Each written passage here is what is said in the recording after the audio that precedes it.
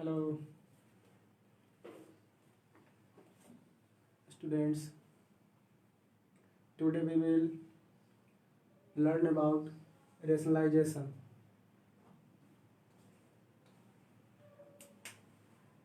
Rationalization.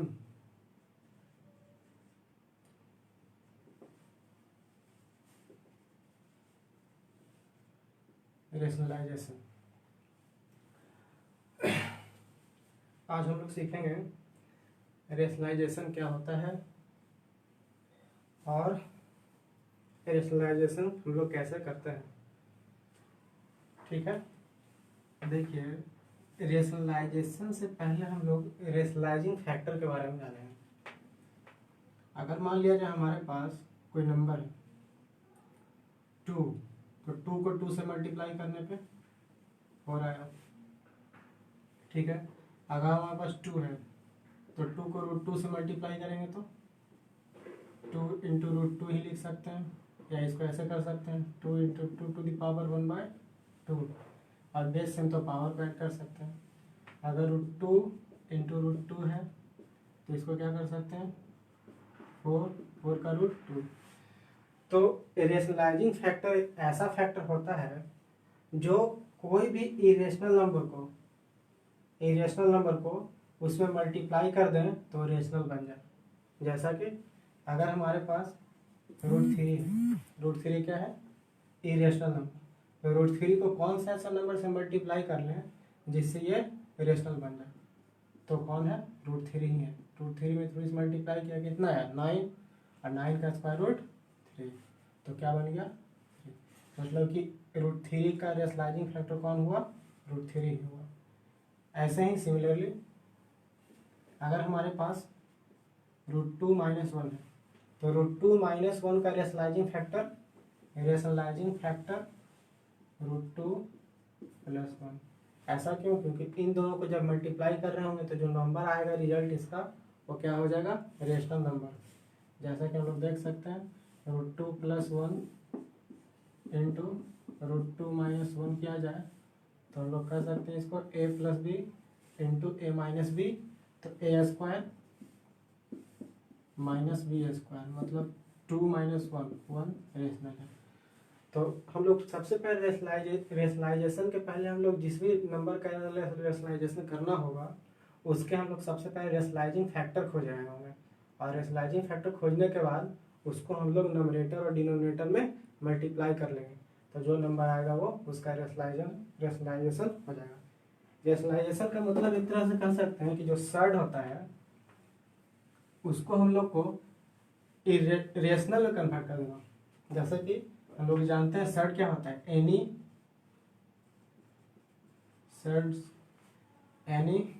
Irrational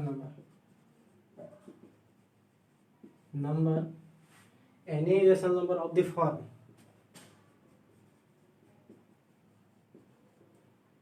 suppose कर लेते हैं ए कोई नंबर है और इसका nth रूट ऑफ ए, जहाँ ए क्या है कोई रेशनल नंबर, इसको क्या बोलते हैं radicand, is also called radicand. तो रेडिकैंड साइन जो होता है it should always be rational. A जो है हमेशा क्या होना चाहिए रेशनल, और ए साइन जो है क्या है इसको बोलते हैं रेडिकल साइन। क्लियर? और एन क्या है इसमें, तो एन है डिग्री ऑफ सर्ड, डिग्री बोले ऑर्डर ऑफ सर्ड या डिग्री। तो कहने का मतलब है कि कोई भी इरेशनल नंबर को, तो कैसा वाला इरेशनल नंबर इस टाइप का nth रूट ऑफ ए, मतलब क्यूब रूट ऑफ ए या क्यूब रूट ऑफ 2 इस टाइप का। जैसा मान लिया जाए यहाँ पे हम लोग के पास कोई नंबर है, सपोज कर लेते हैं हम लोग एक नंबर हम लोग के पास 2 का क्यूब रूट ऑफ 2, ये क्या हो गया सर्ड, क्योंकि ए क्या है अंदर में रेशनल नंबर। तो अगर ये सर्ड है तो इसका रेशनलाइजिंग फैक्टर क्या होगा, तो रेशनलाइजिंग फैक्टर का मतलब कि इस नंबर में कौन सा ऐसा नंबर से मल्टीप्लाई कर ले हम लोग कि क्या हो जाए रेशनल नंबर में इसका रिजल्ट आ जाए। तो इसको हम लोग क्या कर सकते हैं, जैसा कि हमारा जो नंबर ही है इसको हम लोग ऐसे लिख सकते हैं क्योंकि nth रूट ऑफ a अगर कोई भी नंबर है हम लोग के पास, उसका nth रूट अगर है तो इसको हम लोग ऐसा लिख सकते हैं, we can write nth root of a as a raise to the power 1/n, इस टाइप से लिख सकते हैं। अब देखिए हम लोग को यहाँ पे 3 को हटाना है, इसके चलते दिक्कत है यहाँ पे, क्योंकि क्यूब रूट आया किसका, 2 का, cube root of 2 equal to 2 raise to the power 1/3। अगर 2 का पावर 1/3 तो दिक्कत किसके चलते था, 3 के चलते, तो इस 3 को हटाने का कोशिश करते हैं। तो पहले तो जो भी नंबर रहा होगा इसमें, इसका रेशनलाइजिंग फैक्टर उसमें तो 2 रहा ही होगा, श्योर है। अब देखिए उस इसके जो पावर है होंगे, अगर यहाँ 3 है तो यहाँ भी 3 रहा होगा। अब देखिए बेस सेम, तो हम लोग एक एक्सपोनेंट रूल में जाना था हम लोग ने क्लास 8 में, अगर कोई भी नंबर a है तो a का पावर अगर m को मल्टीप्लाई कर दें a का पावर n से, तो बेस सेम होने पे क्या करते थे हम लोग, पावर को ऐड कर लेते थे, a to the power n plus m। तो यहाँ तो बेस सेम हो चुका है ये वाला, तो पावर ऐड कर लें, यहाँ पे ऐसा नंबर से मतलब यहाँ पे ऐसा नंबर रख लें जिससे कि ये नंबर 3 कैंसिल हो जाए। तो देखिए 3 यहाँ है, यहाँ 1 है, तो एलसीएम तो इन दोनों का कितना आ जाएगा, 3 ही आ जाएगा। यहाँ पे 1 है तो यहाँ पे कितना रखेंगे, 2, तो 1 और 2 कितना हो जाएगा, 3। इस बात का मतलब है कि 2 का पावर 1/3 का रेशनलाइजिंग फैक्टर कितना हुआ, 2 का पावर 2/3। क्लियर। एक और एग्जांपल देखते हैं कुछ। मान लिया जाए हम लोग के पास ऐसा है कोई नंबर 16 ले लेते हैं, यहाँ पे कितना ले, मान लिया जाए 4 ले लेते हैं, 4 नहीं 5 कर लो, चलो 5। तो सबसे पहले जो नंबर है ना, इसका सिंपलेस्ट फॉर्म लिख देना है, रेशनलाइजिंग फैक्टर अगर इसका फाइंड द रेशनलाइजिंग फैक्टर, यहाँ पे क्वेश्चन अगर कर ले हम लोग कि find the rationalising factor of 5 root 16, 5th root of 16। तो 5th रूट ऑफ 16 का सबसे पहले सिंपलेस्ट फॉर्म लिखो। तो 16 जो था हम लोग के पास, ये 16, तो 16 को अगर ब्रेक किया 5th रूट को तो 1/5 आ जाएगा। अब यहाँ पे 16 को हम लोग कितना लिख सकते हैं, 2 का पावर 4,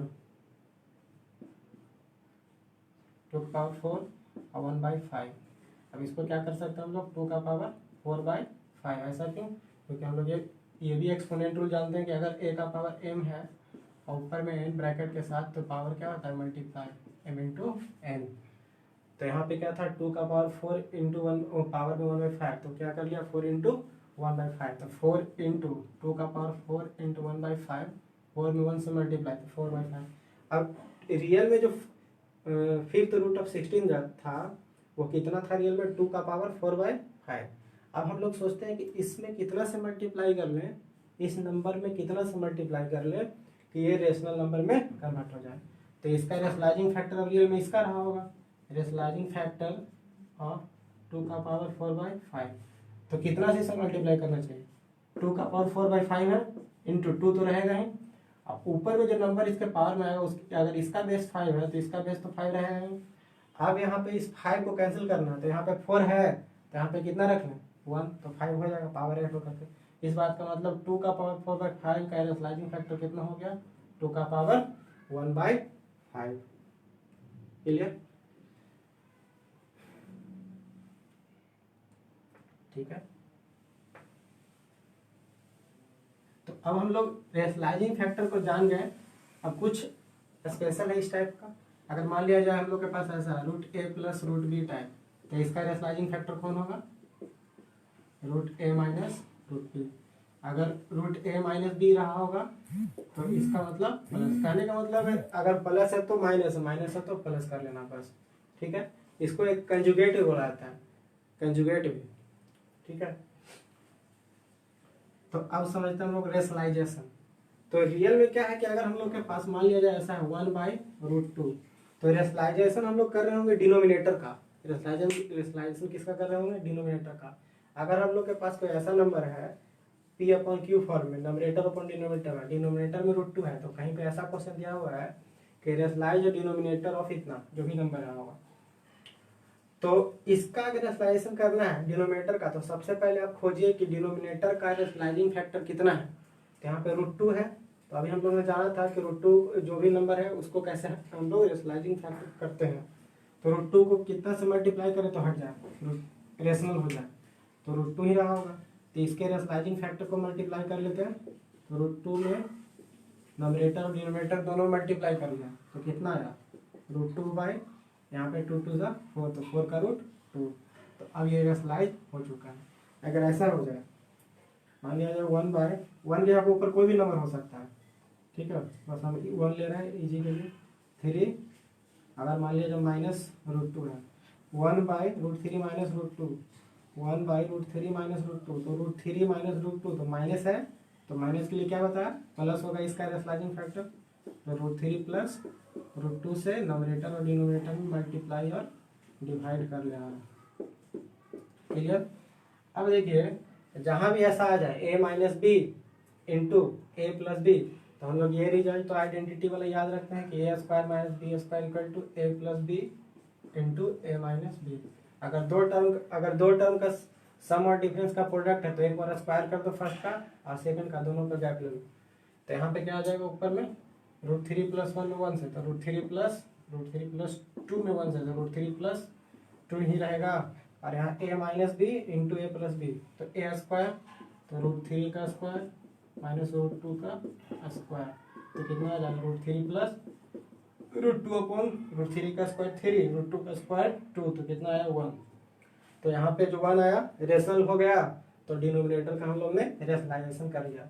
तो यहाँ से एक बात पता चल रहा है हम लोग को कि रेशनलाइजेशन क्या है, एक तरह का हम लोग का जो सर्ड है उसको हम लोग एक सुटेबल मल्टीप्लायर को मल्टीप्लाई करके हम लोग रेशनल में कन्वर्ट कर रहे हैं, है ना। तो रेशनल में कन्वर्ट कर रहे हैं तो वो जो प्रोसेस है वो क्या है रेशनलाइजेशन। तो मतलब कि द प्रोसेस ऑफ कन्वर्टिंग, ऐसा कह सकते हैं हम लोग कि the process of converting a surd to a rational number, the process of converting a surd to a rational number by using suitable multiplier. Clear. तो इसको क्या कह सकते हैं रेशनलाइजेशन है। तो इस टाइप से आप कोई भी क्वेश्चन को कर सकते हैं। चलिए एक और एग्जांपल लेते हैं कुछ।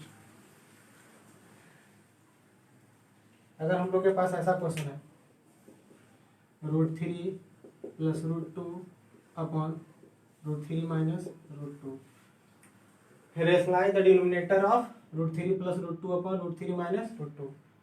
तो रेशनलाइज करने के लिए हम लोग क्या करेंगे, सबसे पहले डिनोमिनेटर का अगर रेशनलाइज करना तो इसका रेशनलाइजिंग फैक्टर अगर माइनस है तो यहाँ पे प्लस से मल्टीप्लाई और डिवाइड तो √3 + √2 अपॉन √3 - √2 था, जैसा था नंबर वैसा लिख लिया। अब यहाँ पे ब्रैकेट लगा लेंगे। अब यहाँ पे हम लोग को क्या करना है, इसका कंजुगेट मतलब कि रेशनलाइजिंग फैक्टर से मल्टीप्लाई करना है और डिवाइड करना है। यहाँ पे माइनस, ये नंबर में कोई चेंज नहीं आएगा, √3 है तो √3 रहेगा, √2 तो √2 ही, बट यहाँ पे माइनस है तो यहाँ पे क्या लेना है प्लस, अगर यहाँ प्लस होता तो यहाँ पे माइनस। तो अगर ऊपर में √3 + 2 किया तो नीचे में √3 + √2 कर लेंगे। ठीक है। अब देखिए यहाँ पे √3 + √2 तो एक ही नंबर दो बार था, तो सेम नंबर को अगर हम लोग दो बार मल्टीप्लाई करते हैं a × a तो क्या आता है उस नंबर का स्क्वायर। अगर a एक नंबर था b एक नंबर था, दोनों का मल्टीप्लाई किया तो स्क्वायर हुआ। √3 + √2 √3 + 2 √2 तो कितना आया √3 + √2 का स्क्वायर, नीचे में a minus B into A plus B तो a² - b²। क्लियर। तो ये कितना बन चुका है a + b का स्क्वायर। अभी हम लोग एक आइडेंटिटी ये जानते हैं हम लोग कि a + b का स्क्वायर क्या होता था a² + 2ab + b²। ठीक है। तो यहाँ पर हम लोग इसका यूज कर लेते हैं a² तो √3 का स्क्वायर तो 3, b² तो √2 का स्क्वायर 2 + 2ab तो 2 √3 × √2 अपॉन में कितना √3 का स्क्वायर 3 और √2 का स्क्वायर 2 तो 3 - 2। क्लियर। तो ये नंबर हो चुका है हम लोग के पास, जो नंबर है ये चेंज हो चुका है 3 + 2 + 2 5 और +2 √6 इतना हो चुका है। इसी क्वेश्चन को ऐसे भी किया जा सकता था, इसमें एक ऐसे दे देता नंबर कि फाइंड द वैल्यू ऑफ, इतना करने के बाद हम लोग एक चीज अगर इसमें क्वेश्चन और ऐड होता find the value of a and b, a और b का वैल्यू पता करना। अगर इस नंबर को बोल देता कि ये नंबर जो है ना a प्लस कितना है, सपोज कर लेते हैं √6b, a + √6b कर लें। तो अगर इस नंबर को हम लोग a + √6b अगर कर लें तो क्या हो रहा होगा इधर का तो जैसे सॉल्व किया वैसे ही सॉल्व करना ही है। और लास्ट में आकर के क्योंकि ये जो नंबर सॉल्व किया हम लोग ने वो कितना है 5 + 2√6 और इसको कंपेयर कर लेना है। तो 5 +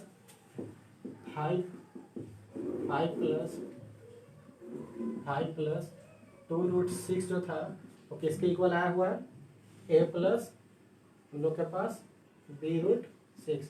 अब देखिए एक दो नंबर जो था वो इक्वल हो चुका है, इधर वाला पार्ट और इधर वाला पार्ट।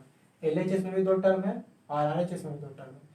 और LHS में जो 2 टर्म है उसमें एक रेशनल पार्ट है और एक इरेशनल पार्ट है। तो ऐसा दोनों तरफ में अगर 2 टर्म है तो दोनों तरफ में रेशनल और इरेशनल के कोएफिशिएंट को इक्वल कर लेते हैं। I am comparing the rational and irrational term on both side, then we get a = 5। और यहाँ पे जब कंपेयर कर रहे होंगे a को रेशनल से कर लिया। अब यहाँ पर √6 यहाँ पे था, यहाँ पे √6, तो √6 कैंसिल, तो b = कितना आ गया 2। तो a और b का वैल्यू भी हम लोग ऐसे निकाल सकते थे। तो इस टाइप से हम लोग जितने भी रेशनलाइजेशन के क्वेश्चन होंगे उसको सॉल्व इजीली कर सकते हैं। क्लियर?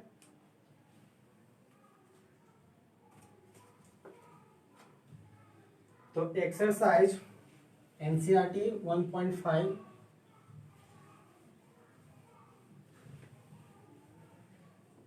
स्टार्ट कर रहे हैं।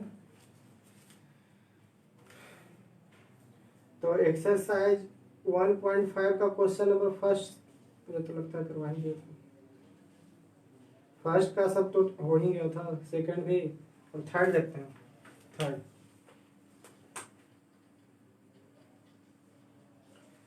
देखिए, थर्ड जो recall pi is defined as the ratio of circumference of a circle to its diameter d। अब देखिए यहाँ पे हम लोग को एक बात याद करने के लिए कह रहा है कि पाई जो था वो डिफाइन किया हुआ था सर्कमफेरेंस और सर्कल के सर्कमफेरेंस और डायमीटर के रेशियो को कहते थे हम लोग क्या पाई। तो this seems to contradict the fact that pi is irrational. How will you resolve this contradiction? देखिए हम लोग के इरेशनल नंबर जो है पाई जो है कि इरेशनल नंबर, तो उसके लिए कंट्राडिक्शन हम लोग करके प्रूव कर रहे होंगे। तो कैसे करेंगे देखते हैं इसको।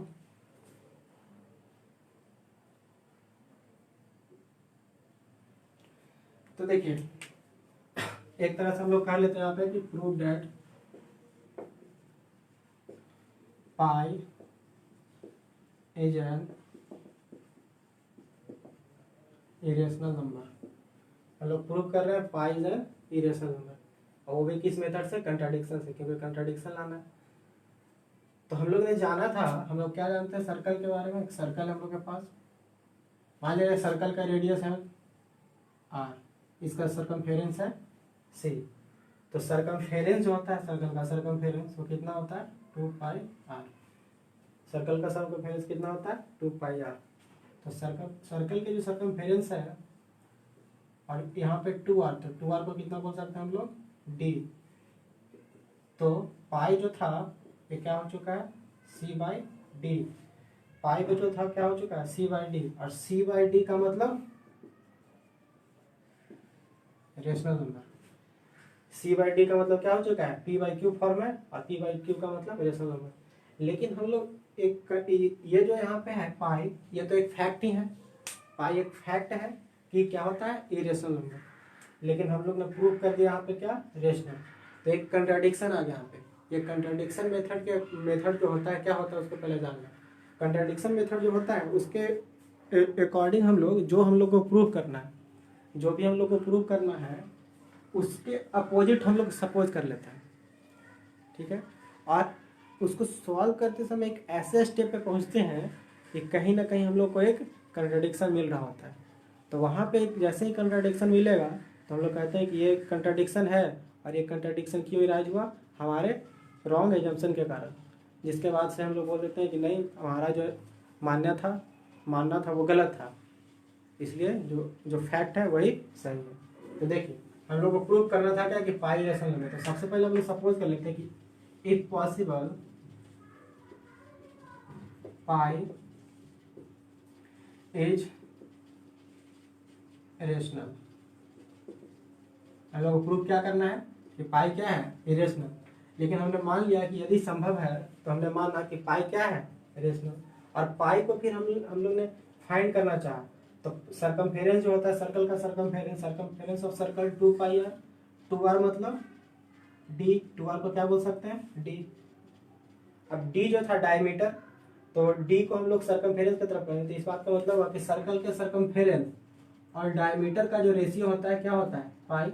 और यहाँ पे आया सी बाई डी जो है रेशनल, लेकिन ये फैक्ट है, पाई क्या है, ये फैक्ट है कि इरेशनल नंबर होता है, क्योंकि इसके जब भी हम लोग डेसिमल में लिखते हैं, हम लोग जब भी इसका डेसिमल रिप्रेजेंटेशन करते हैं तो क्या होता है, non terminating non repeating decimal होता है।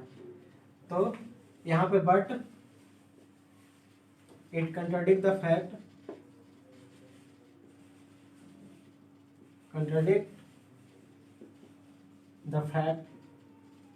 एक कंट्राडिक्शन है, फैक्ट क्या था, दैट पाई इज इरेशनल, है ना। यह कंट्राडिक्शन किस चीज का है कि पाई जो है इरेशनल है, लेकिन हमने लाया क्या, पाई रेशनल है। Therefore our assumption is wrong, हमारी मान्यता क्या है, गलत है। Therefore pi is an irrational, proof clear. तो ये प्रूफ हो चुका है कि पाई क्या होता है, इरेशनल नंबर। एक बार और समझते हैं इसको। हम लोग को प्रूव करना था कि पाई जो है इरेशनल नंबर है अकॉर्डिंग टू कंट्राडिक्शन मेथड। तो देखिए सबसे पहले हम लोग जानते हैं कि जो पाई होता है ratio of circumference to its diameter होता है। रेशियो ऑफ सरकमफेरेंस का डायमीटर के साथ, सरकमफेरेंस और डायमीटर का जो रेशियो होता है वही पाई होता है। कोई भी सर्कल हो, उसके सरकमफेरेंस को डायमीटर से जब डिवाइड कर रहे होंगे तो हमेशा कोई पार्टिकुलर नंबर आता है, 3.14414 समथिंग ऐसे करके आता है, जो कि उसका कभी भी इंड नहीं होगा, मतलब कि non terminating non repeating decimal होता है, मतलब क्या होता है, इरेशनल नंबर। तो इस चीज को हम लोग यहाँ पे देख रहे होंगे कि कंट्राडिक्शन से कैसे होगा। तो देखिए यहाँ पे कंट्राडिक्शन मेथड हम जान लिया कि क्या होता है, कि जो प्रूफ करना है उसके अपोजिट हम लोग सपोज कर लेते हैं। यहाँ पे प्रूफ क्या करना है कि पाई क्या होता है, इरेशनल। पाई क्या है, इरेशनल, लेकिन हमने माना कि पाई क्या है, रेशनल। तो सरकमफेरेंस 2 पाई आर था, 2 पाई आर को हम लोग ऐसे लिख सकते हैं, पाई डी, 2 आर के बदले कितना, डी। अब डी को इधर भेज दिया एलएचएस की तरफ में, तो क्या हो गया, सी बाई डी, और वो कितना आ चुका है, पाई। अब सी बाई डी का मतलब क्या है, numerator upon P by Q format, मतलब रेशनल नंबर है। अब रेशनल नंबर है, लेकिन ये फैक्ट है कि पाई क्या होता है, पाई क्या होता है, इरेशनल, लेकिन हमने प्रूव करके ले आया क्या, रेशनल। तो एक कंट्राडिक्शन यहाँ पे आ गया, यहाँ पे क्या आ चुका है, कंट्राडिक्शन आ चुका है, विरोधाभास। तो यहाँ पे हमने बताया कि but it contradict the fact that pi is irrational. ऐसा क्यों हुआ, क्योंकि हमारे गलत मानने के कारण हुआ, our assumption is wrong, therefore pi is an irrational number, hence proof.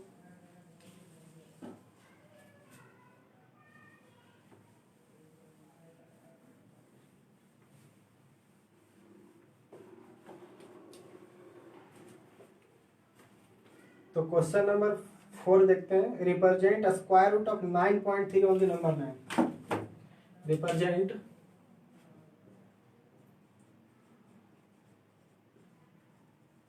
Represent square root of 9.3 on the number line.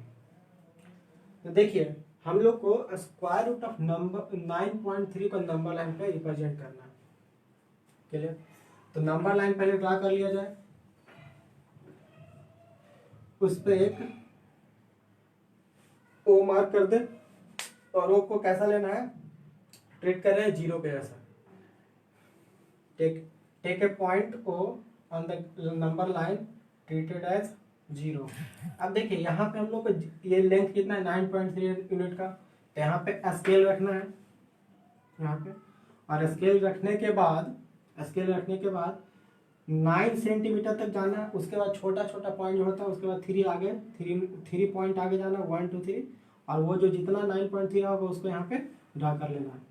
तो सपोज कर लिया कि ये जो लेंथ है 9.3 यूनिट का है, सेंटीमीटर बोलो यहाँ पे, तो सेंटीमीटर यूनिट बोलो तो यूनिट। अगर स्केल के अकॉर्डिंग ले रहे होंगे तो सेंटीमीटर, बट यहाँ पे लेंगे कितना 9.3 यूनिट। क्लियर। अब 9.3 यूनिट जो था वो कितना है, ओ ए। अब क्या करना है कि यहाँ से ए से हम लोग को इधर 1 यूनिट ड्रा करना है। 1 यूनिट जो लेंथ 9.3 का था उससे 1 यूनिट ज्यादा, यहाँ पे हमेशा 1 यूनिट, ये 1 यूनिट हमेशा हर क्वेश्चन में अगर यहाँ पे कुछ भी हो तो ये 1 यूनिट यहाँ पे ड्रा करना है। ऐसा क्यों, हम पिछले वीडियो में बता चुके हैं। अब देखिए जो हम लोग को ये जो नंबर लाइन जो बना, अब वो भी नया सा, पहले क्या ड्रा किया 9.3 जो यहाँ पे नंबर दिया हुआ था।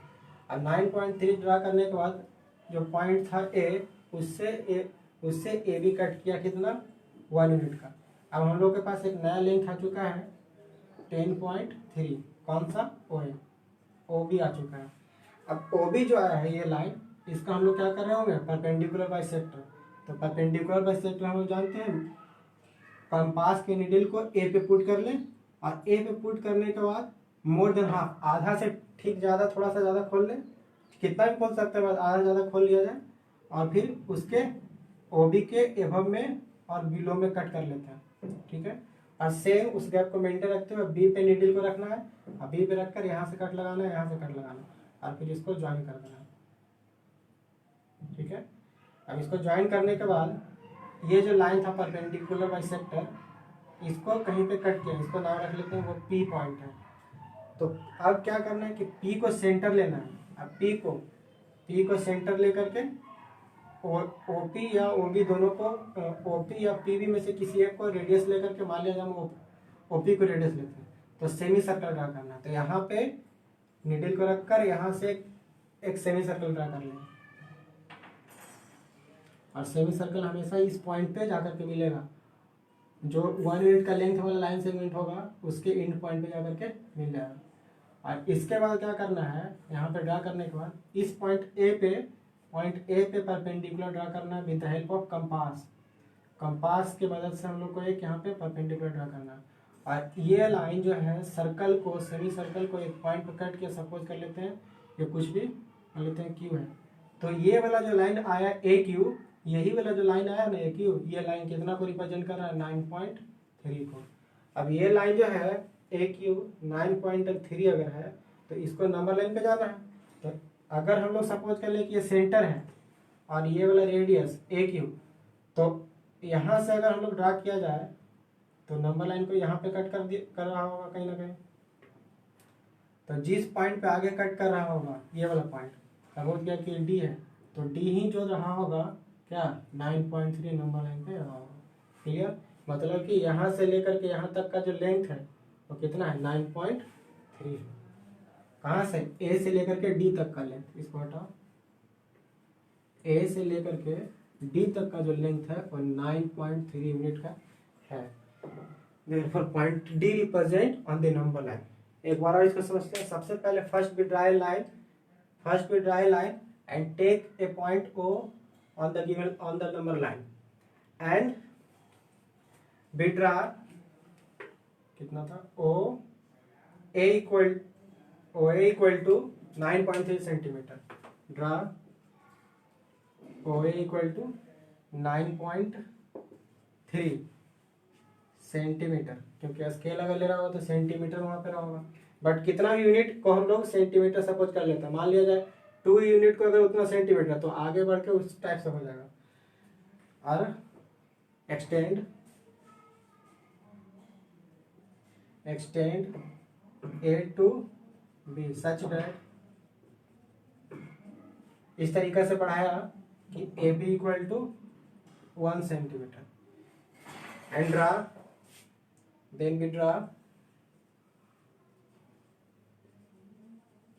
then we draw perpendicular bisector of OB, perpendicular bisector of OB which cut the number line at, इस पे कट किया परपेंडिकुलर से P पे, एट P। एंड यहाँ के बाद क्या किया हमने, बस ये जो किया उसको बस लिख देना है। हमने क्या किया यहाँ पे, पी को अब सेंटर लिया by taking P as centre and इसके बाद क्या किया, ओपी को रेडियस लिया और सेमी सर्कल बनाया and OP as radius, draw semi circle, draw semi circle, draw semi circle, ठीक है, इनका खत्म हो रहा है, draw semi circle and then draw perpendicular AQ on the number line and AQ represent square root of 9.3 and फिर से क्या किया यहाँ पे से, यहाँ के बाद by taking as center AQ as a dry arc which cut the number line at point D, therefore point D represent a square root of 9.3 on the number line। तो एक बार और जल्दी जल्दी समझ लेते हैं। सबसे पहले क्या है, नंबर लाइन बनाया, उसके बाद एक पॉइंट लिया O, और O लेने के बाद जितना यहाँ पे नंबर था इतना यूनिट का, यूनिट मतलब उतना सेंटीमीटर का एक लाइन ड्रा किया, लाइन ड्रा करने के बाद 1 सेंटीमीटर यहाँ पे आगे बढ़ाया, 1 सेंटीमीटर आगे बढ़ाने के बाद एक जो लाइन बना बड़ा सा लाइन OB, इसका परपेंडिकुलर बाइसेक्टर बनाया। अब ये परपेंडिकुलर बाइसेक्टर कौन सा बना इसका, ये वाला लाइन। अब परपेंडिकुलर बाइसेक्टर जो खींचने के बाद जो लाइन आया, पॉइंट आया, जो परपेंडिकुलर बाइसेक्टर जो गिवन लाइन को, जो नंबर लाइन था उसको जिस पॉइंट पे कट किया उसका हमने कोई नाम रख दिया, तो P रखा, और P को सेंटर, OP को रेडियस लेकर एक सेमी सर्कल बनाया, और सेमी सर्कल बनाने के बाद A पे परपेंडिकुलर ड्रा किया, और ये वाला लाइन जो सर्कल को कट किया, तो ये जो छोटा सा लाइन दिखा, यही लाइन कितना था, स्क्वायर रूट ऑफ 9.3, और A को सेंटर लेकर और AQ को रेडियस लेकर के एक आर्क ड्रा किया, जो कि लाइन को एक पॉइंट पे कट किया, तो वो जो जिस पॉइंट पे कट किया वही वाला पॉइंट क्या था, स्क्वायर रूट ऑफ 9.3। क्लियर?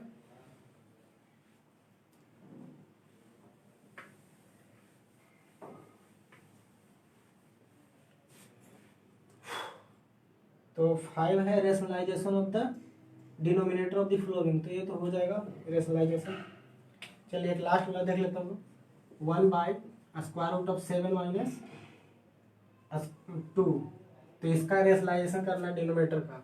तो अभी हम लोग ने सीखा था इसका रेशनलाइजिंग फैक्टर क्या है, अगर नीचे माइनस है तो प्लस, उससे मल्टीप्लाई कर लेना है यहाँ पे 7 + 2, 7 + डिनोमिनेटर के जो रेशनलाइजिंग फैक्टर थे उससे हमने मल्टीप्लाई किया नोमिनेटर और डिनोमिनेटर में। तो ये इतना बात छोड़ो, ये सब मत याद रखना, अगर माइनस है तो प्लस से मल्टीप्लाई कर देना है बस, अगर यहाँ माइनस है तो यहाँ प्लस है, अगर प्लस है तो यहाँ माइनस है बस।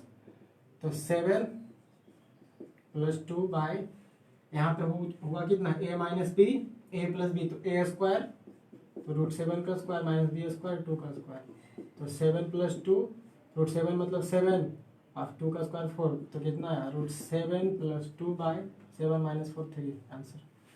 तो एक्सरसाइज 1.5 कंप्लीट। चलिए अब देखते हैं एक्सरसाइज 1.6। तो एक्सरसाइज 1.6 जो है लॉ ऑफ एक्सपोनेंट्स,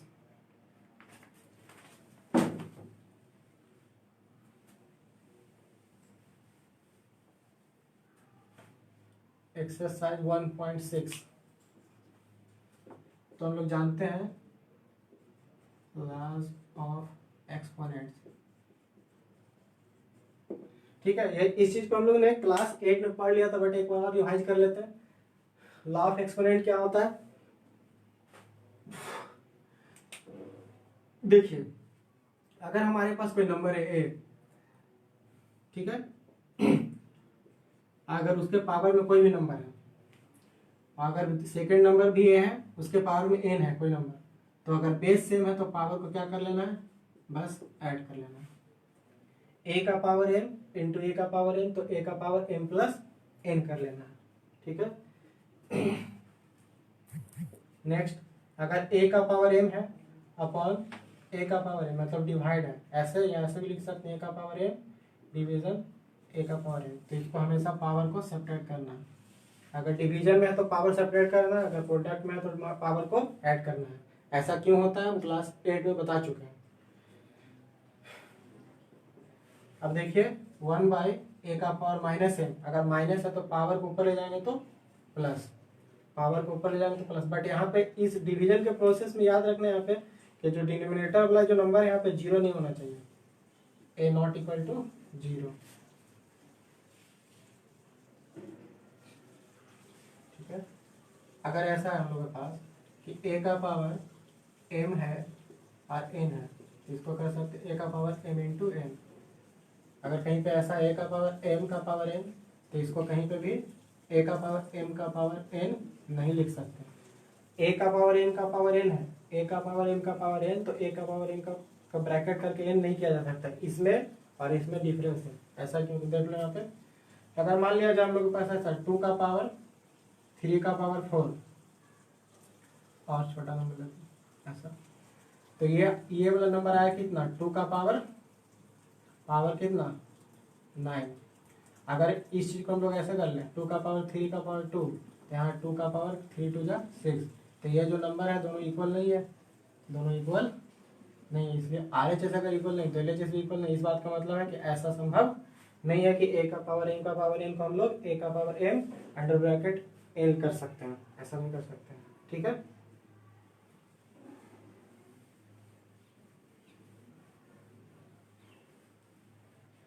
अगर कहीं भी इस टाइप का आ जाए a का पावर m nth रूट, तो इसको हम लोग ऐसा करके ओपन कर सकते हैं a का power m by n।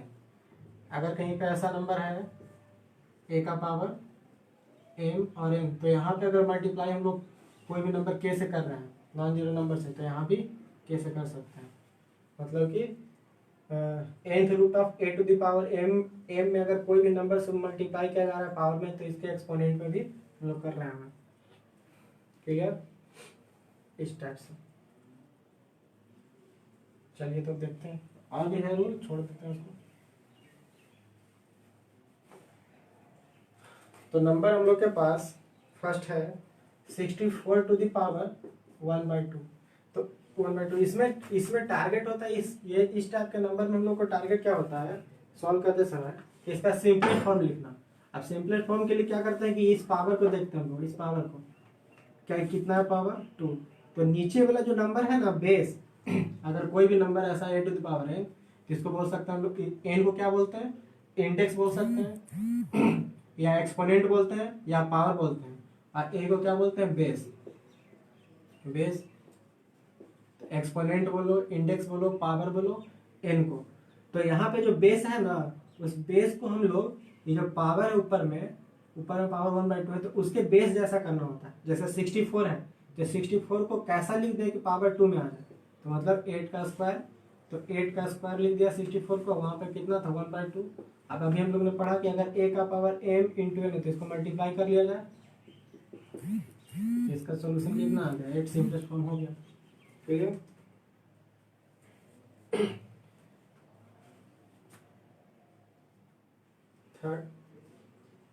Third देख लेते हैं 125 का पावर में कितना है 1/3। तो अब देखिए 125 को ऐसा लिखना है कि उसका पावर कितना होगा, इसका पावर कितना लिख देना है इसके बेस जैसा। 125 को कैसा लिखना है, इसके बेस जैसा। तो अगर कोई डायरेक्ट अगर सोच लेता है तो 5 का क्यों है, अगर नहीं सोच पाएगा तो बस प्राइम फैक्टराइजेशन कर देना है।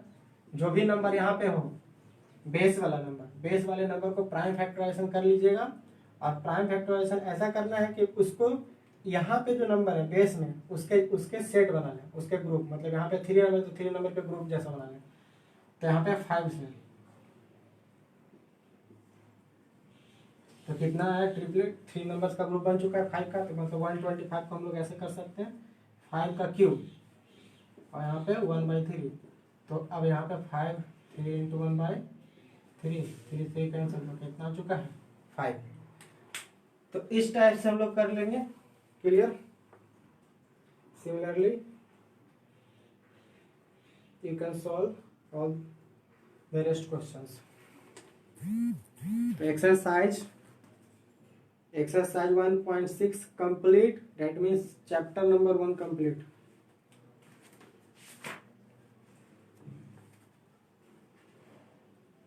नेक्स्ट पॉलिनोमियल, तो अब नेक्स्ट डेट